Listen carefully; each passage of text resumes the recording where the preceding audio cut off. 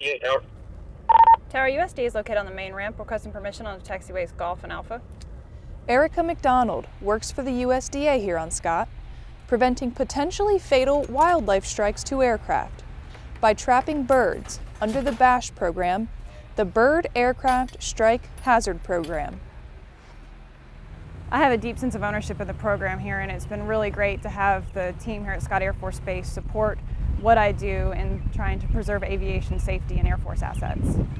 Pigeons are typically used to lure in hawks so they can be trapped and tagged. So this is one of our decoy pigeons that we'll use in the trap to attract the raptors to it, and they'll spend a few hours in the trap during the day and then come back to their house at night. Set up this perch here that is frangible, so as a hawk sees the bird and wants to get a closer look to decide if it looks like it should be lunch, they typically land right here, which collapses the doors down, and the netting will hold them inside until we can come back and take them out.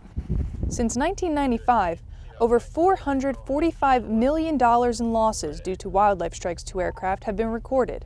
Ms. McDonald takes her job very seriously. The springs are heated up and weakened substantially, and the jaws are padded up. I actually use like tennis racket grip and tape to make sure that when the bird lands on it, they're not injured. So the trap is attached to this cable so that the bird can slide down and sit on the ground. And it's set on top. That way when he comes back to perch here, we'll have him. The traps are specific to raptors. Usually it would be a red-tailed hawk or maybe an American kestrel. Scott Air Force Base has a lot of different kinds of hawks on site, including red-shouldered hawks, Cooper's hawks, northern harrier, which also happens to be a state-listed species here in Illinois, as well as an occasional bald eagle or osprey. Under the BASH program, wildlife hazard assessments are conducted, surveying the local area once a week for local bird and mammal use.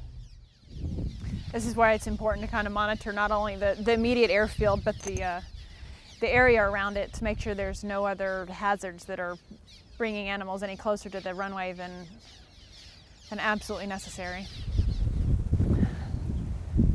So the nest is up there about 3/4 of the way up the tree, though I'm not seeing the young at the moment. This pole trap is specifically for raptors. So we're going to set up another pole trap and see if we can get them to start using this as a perch in order to later capture and relocate them as well. I have to say that I really enjoy coming to work with the military. It's a great family here at Scott, and interacting with wildlife and working with the military has been a lot of fun for my time here. Scott Air Force Base realized the importance of the BASH program and has had the USDA position since 2011, because the 250 fatalities since 1995 is 250 too many. Airman First Class Nina Orlando, Scott Air Force Base, Illinois.